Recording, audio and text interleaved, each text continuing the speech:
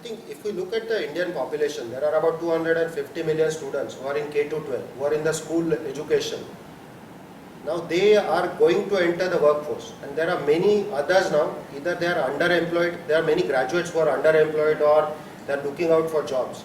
So avenues for employment must be created. Now service industry constitutes a big chunk of the GDP.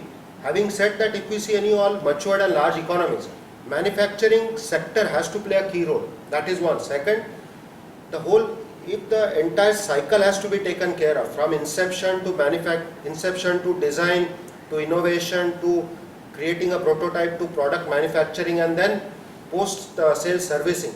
For the whole cycle to work and for India to be able to cater to the demands of the world, Make in India is inevitable. It has to succeed.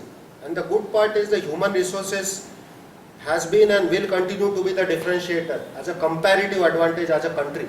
So for India, having the top brains of the world, and by sheer number in terms of the brain power in quantum and quality, outbeats any other country in the world. So Make in India is bound to be successful, and the government has taken, just not the state government but the central and even the city levels also, lots of initiatives are happening. So I think that's one of the best things that could have happened to the engineering community. Okay. Like people like us. It should succeed, and I think it's on the right track right now.